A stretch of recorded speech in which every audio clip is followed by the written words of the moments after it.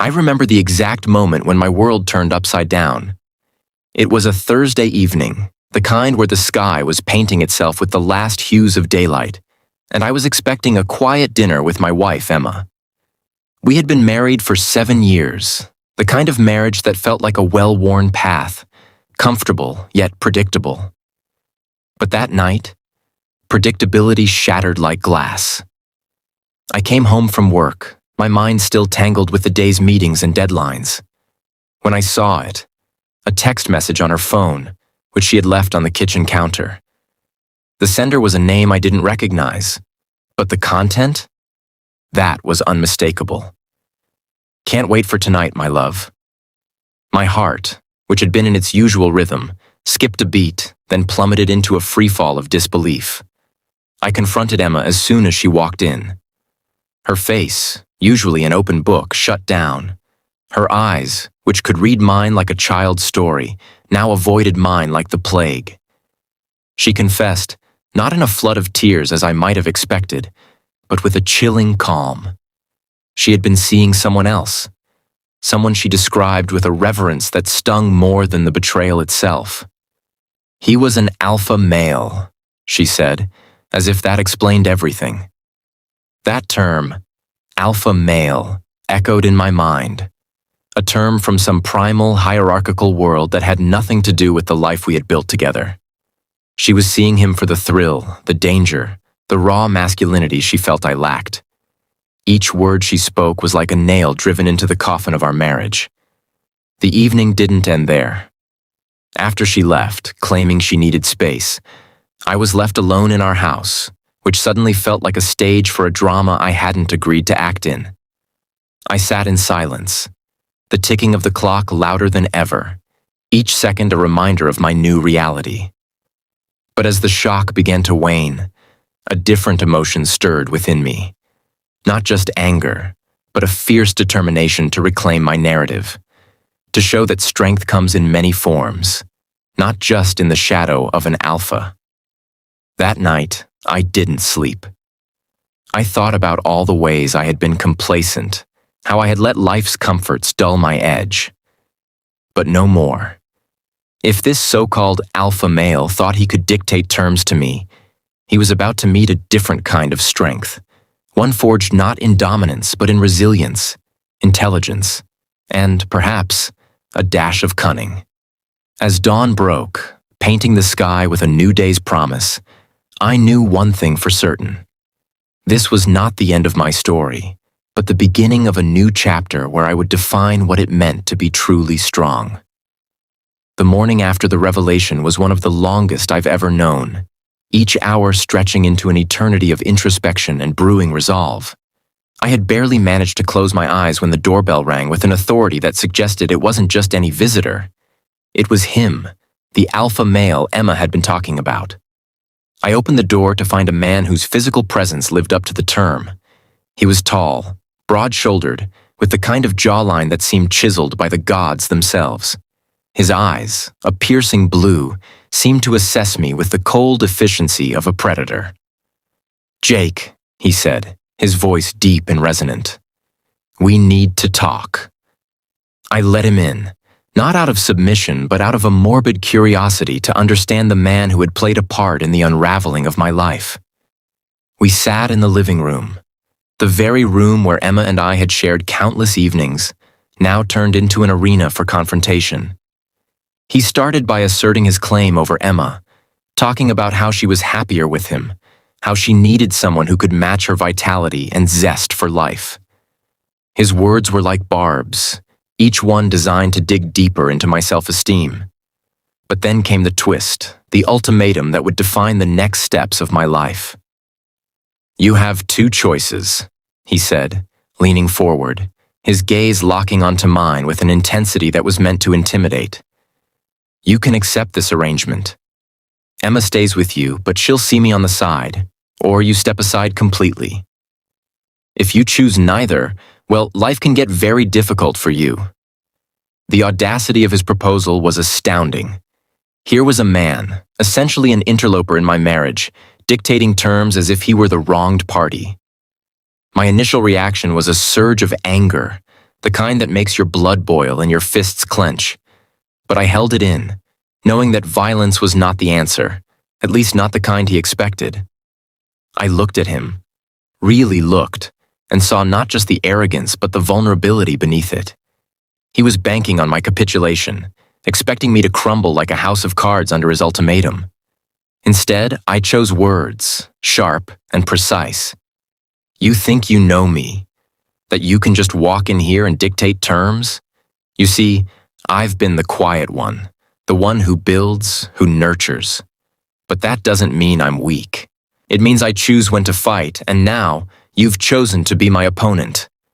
His face flickered with surprise, then hardened again. He stood, towering over me, trying to reassert his dominance. Think carefully, Jake. This isn't a game. I stood too, not to match his height, but to meet his gaze head on. No, it's not a game. It's my life, my marriage, and I'll decide how this plays out. He left with a threat veiled as advice, the door slamming behind him echoing through the empty house. But the silence that followed wasn't defeat. It was the calm before my storm. I was no longer just the betrayed husband. I was a man planning his next move, one where I would redefine what it meant to be the alpha in this narrative. I spent the rest of the day not in despair, but in strategy. I knew I needed to outthink this brute force, to show that true strength isn't about how much space you take up, but how cleverly you navigate the space you're given. Plans began to form, not of revenge, but of reclamation, of proving that the silent, steady force could overcome the loud, aggressive one. As night fell, my resolve was as clear as the stars beginning to pepper the sky. I would show him, show them both, what a real alpha male looks like, one who leads with intelligence, integrity, and unexpected resilience. The morning after the confrontation left me with a sense of clarity I hadn't felt in years. The house was quiet, the kind of silence that's thick with the residue of past conversations and the promise of new beginnings. I sat at the kitchen table, the one where Emma and I used to plan our weekends, and now it was where I would plan my resurgence. I started with a self-assessment, a brutal, honest look at who I had become in the comfort of my marriage. I had let complacency seep into my life like a slow leak, diminishing my drive, my edge. But the ultimatum from that so-called alpha male had ignited something within me, a spark of defiance and a thirst for proving my worth, not just to him or Emma, but to myself. I dove into self-improvement with a fervor I hadn't known since my early 20s. I began with physical fitness, not just to match him in muscle, but to reclaim my body, to feel strong and capable. My days were now split between work and the gym, each session a battle, each drop of sweat a testament to my resolve. But physical strength was only part of the equation. I needed to sharpen my mind too. I read books on psychology, strategy, and leadership. I studied martial arts, not for combat, but for discipline, for the mental fortitude it instilled. Every piece of knowledge was a weapon in my arsenal against the narrative that had been forced upon me. In my spare time, I connected with friends I had neglected, seeking not just camaraderie, but their insights into life, love, and personal growth. One friend, a successful lawyer, gave me advice on handling the legal aspects of my situation with Emma. Another, a former military buddy, taught me about mental resilience, the kind that keeps you standing when everything is falling apart. I also reached out to a counselor, not because I was broken, but because I needed to navigate this emotional turmoil with guidance. Through our sessions, I began to understand that my worth wasn't tied to Emma's perception or the intimidation tactics of her lover. It was about my own self-worth, my values, my integrity. As weeks turned into months, I could feel the transformation. I was no longer the man who had sat defeated at that kitchen table. I was becoming someone new, someone who could face adversity with a calm, strategic mind. I started to see the world differently, not as a series of threats, but as opportunities for growth. One evening, while reflecting on my progress, I realized I hadn't just been preparing for a confrontation with him. I had been preparing for a confrontation with my past self. This awakening was not about proving a point to others. It was about proving to myself that I could rise above the chaos, that I could redefine my identity on my terms.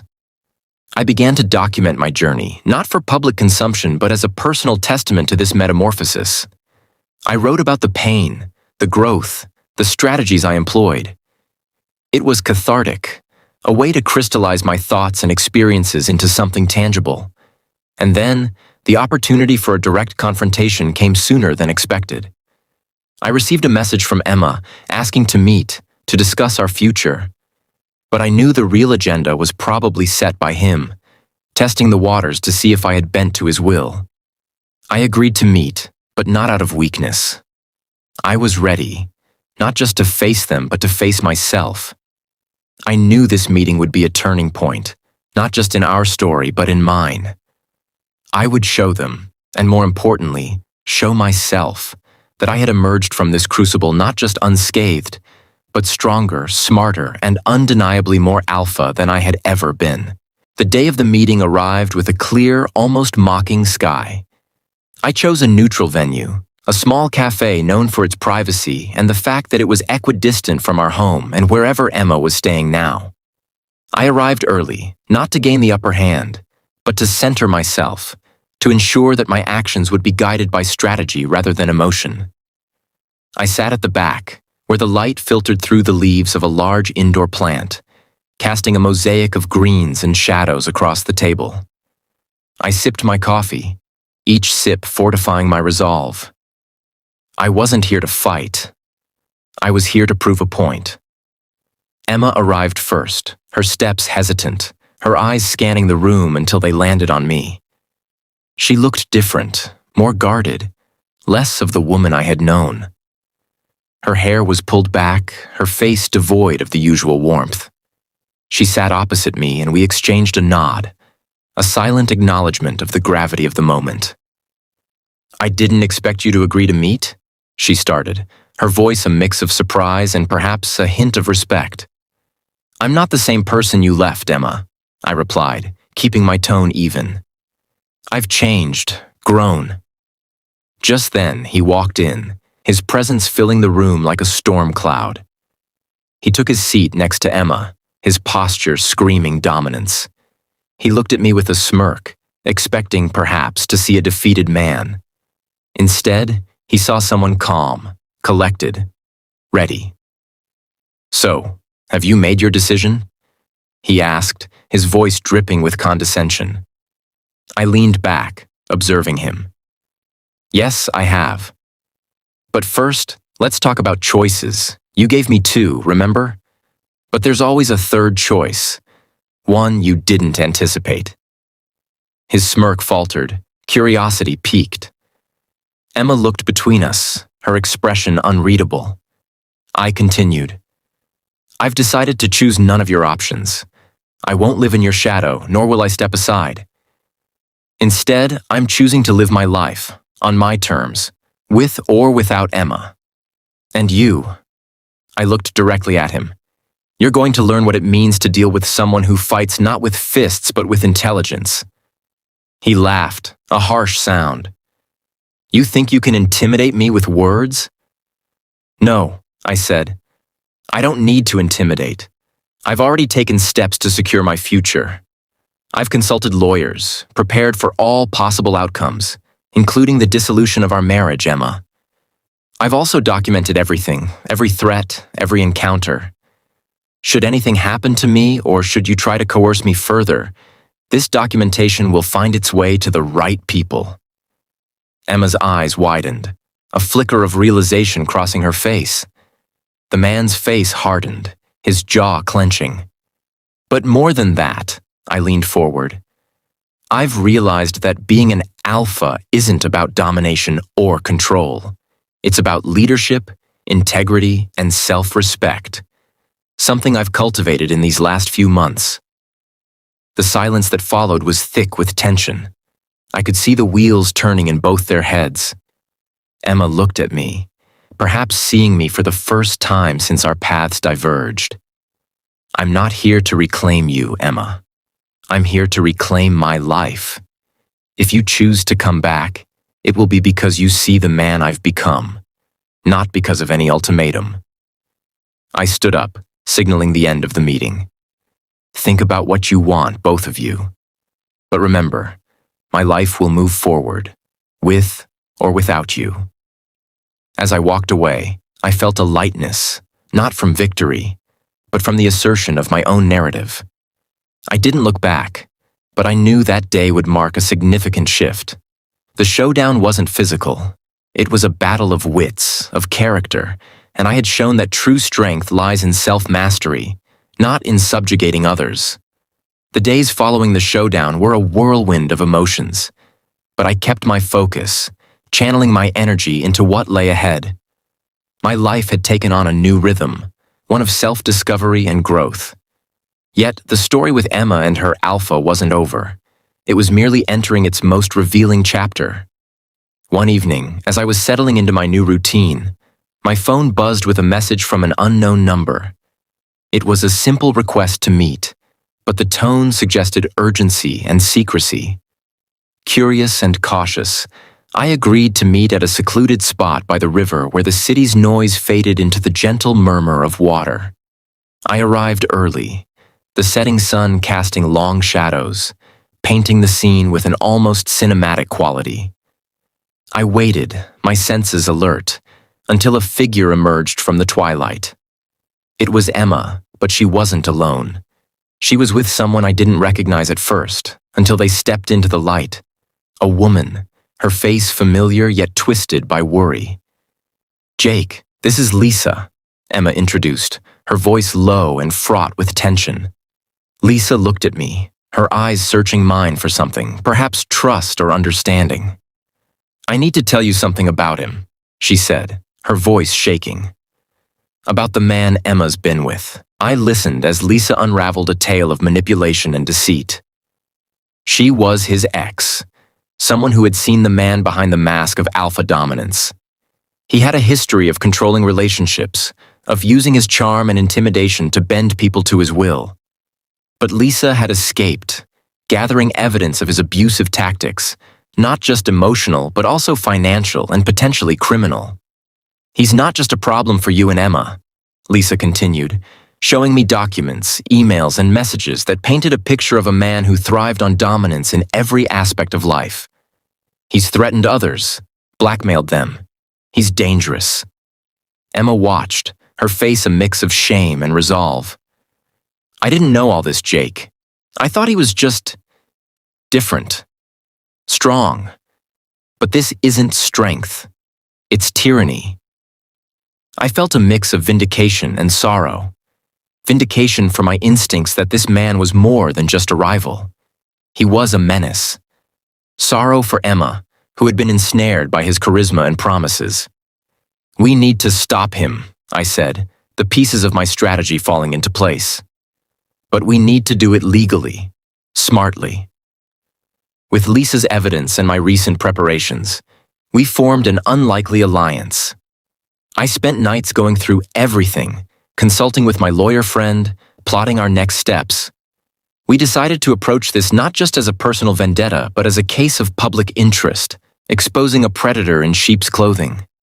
The revelation of his true nature brought Emma back to my side, not as a partner in love, but as an ally in justice. We worked together, her remorse fueling her determination to right her wrongs. One night, we met with representatives from local media, sharing our story, the evidence, and the threat this man posed not just to us, but to others. The story broke the next day, a wildfire of truth that couldn't be contained. His business, his reputation, everything began to crumble under the scrutiny of the public eye. He tried to retaliate, but we were ready. Legal protections were in place, restraining orders filed, and with the community's support, his threats lost their power. The revelation wasn't just about exposing him, it was about healing, about reclaiming our narratives from under his shadow. As we watched the fallout, Emma turned to me, her eyes wet with tears but bright with a newfound strength. I'm sorry, Jake. I was blind, but now I see. I nodded, understanding that this chapter of our lives was closing, but it was opening up new ones, ones where we could both grow, perhaps not together, but in parallel, guided by the lessons of this ordeal. The revelation had not just been about him.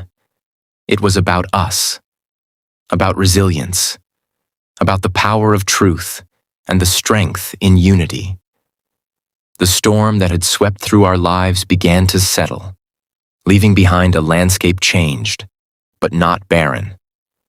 The public exposure of the man we once feared had repercussions far beyond our personal lives. It sparked conversations about abuse, power dynamics, and the masks people wear to control others. For me, Emma, and Lisa, it was the beginning of a new chapter, one of healing and reconstruction. I returned to my home, now quieter, but filled with a new sense of purpose. The house, once a battlefield, became a sanctuary where I could reflect on the journey. I started to write again, not just for myself, but to share my experience, to offer hope and strategies to those who might find themselves in similar shadows. Emma and I maintained contact, not as husband and wife, but as two people bound by a shared ordeal. She was working on herself, seeking therapy, and exploring what her life could be beyond the control of another. We met occasionally, our conversations shifting from the pain of the past to the possibilities of the future. She was rebuilding her life, and I was proud of her for it. Lisa became a friend, a testament to the unexpected alliances life can forge. We supported each other's recovery from the manipulation we had both endured. Together, we started a small support group for others who had escaped abusive relationships, turning our personal battles into a collective strength. My days were filled with new routines. I continued my physical training, now not out of necessity to prove a point, but for health and well-being. I dove deeper into my career, finding new motivation in projects that allowed me to lead, teach, and inspire. I also took up volunteering, working with organizations that empower individuals to stand up against all forms of tyranny, whether in personal relationships or broader societal contexts. One evening, sitting in the same cafe where the showdown had taken place, I reflected on the journey. The place now felt different, the shadows lighter, the air less heavy. I realized that the aftermath wasn't just about moving on. It was about moving forward with lessons learned and scars that told stories of resilience. I met someone new, not in a rush to fill the void left by Emma, but through genuine connection at one of the support group meetings. Her name was Sarah, and she understood the complexity of rebuilding after a storm.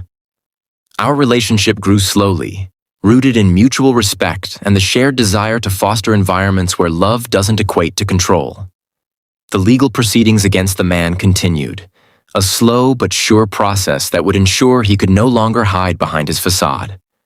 With each court date, I felt not just the weight of justice being served, but the lifting of burdens from past years. One day, I received an email from Emma. It was short, but it encapsulated our journey. Thank you, Jake, for showing me what real strength looks like. We've both found our paths, and I'm grateful for the shared road. I replied with a simple, always forward. A sentiment that encapsulated not just our conversation, but our lives now. As I looked out into the city from my balcony, the skyline lit with the promise of dawn, I felt a profound peace. The aftermath wasn't just about surviving. It was about thriving, about turning the narrative from one of victimhood to one of empowerment. Life had taught me that being an alpha wasn't about dominance or the loudest voice, but about leading with compassion, intelligence, and unwavering integrity. And in this new chapter, I was ready to write my story, one where strength was measured by the lives we uplifted, not by the ones we overshadowed.